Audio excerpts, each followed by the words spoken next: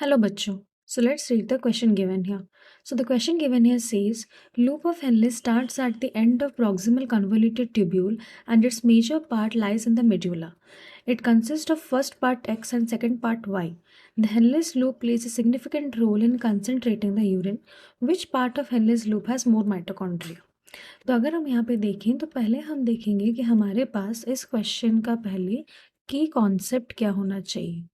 तो इस क्वेश्चन का यहाँ पे की कॉन्सेप्ट क्या होगा ना, हिल्लेस लूप, क्योंकि हम यहाँ पे हिल्लेस लूप या फिर जो लूप ऑफ हेनले होता है उसका बात कर रहे हैं। तो पहले अगर हम यहाँ पे देखें तो हिल्लेस लूप की यहाँ पे जो होती है ना उसके दो पार्ट्स होते हैं। पहला एक होता है यहाँ पे असेंडिंग लिम और दूसरा पार्ट होता है जो कि होता है डिसेंडिंग लिम। और ये डिसेंडिंग लिम वाला जो पार्ट होता है ये यहाँ पे क्या होता है ना, पहले आता है, और असेंडिंग लिम वाला पार्ट जो है दूसरी तरफ से आता है। पीसीटी से हमारा डिसेंडिंग लिम ओरिजिनेट करता है और असेंडिंग लिम फिर से ऊपर जाके डीसीटी में कंटिन्यू होता है। तो अगर हम यहाँ पे देखें तो ये जो डिसेंडिंग लिम्ब होता है ये मेजरली क्या होता है ना, किसका सिक्रीशन या फिर किसका एब्जॉर्प्शन करता है, वाटर का रीएब्जॉर्प्शन इसमें ज़्यादा देखा जाता है। और वहीं अगर हम असेंडिंग लिम्ब देखें तो इसमें क्या होता है ना, हमारा आयन का एब्जॉर्प्शन ज़्यादा होता है। आयन एब्जॉर्प्शन जो होता है वो थोड़ा ज़्यादा होता है। और आयन एब्जॉर्प्शन किस पार्ट में ज़्यादा होता है, इन द थिक सेगमेंट।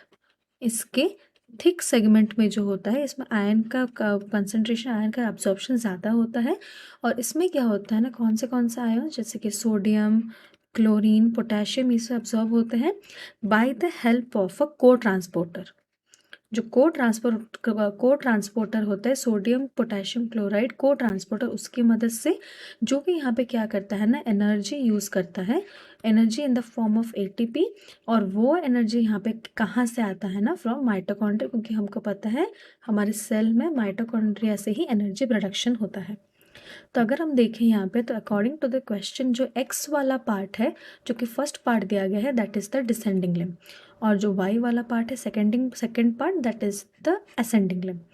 तो हमको यहाँ पे पूछा है कि मोर माइटोकॉन्ड्रिया कहाँ पे मिलेंगे। तो हमने यहाँ पे क्लियरली देखा कि मोर माइटोकॉन्ड्रिया हमको यहाँ पे कहाँ मिलेंगे ना, in the thick segment of y. तो इस क्वेश्चन का हमारा सही जवाब क्या होगा ना, option C is the final answer. Hope you understood it well, best of luck.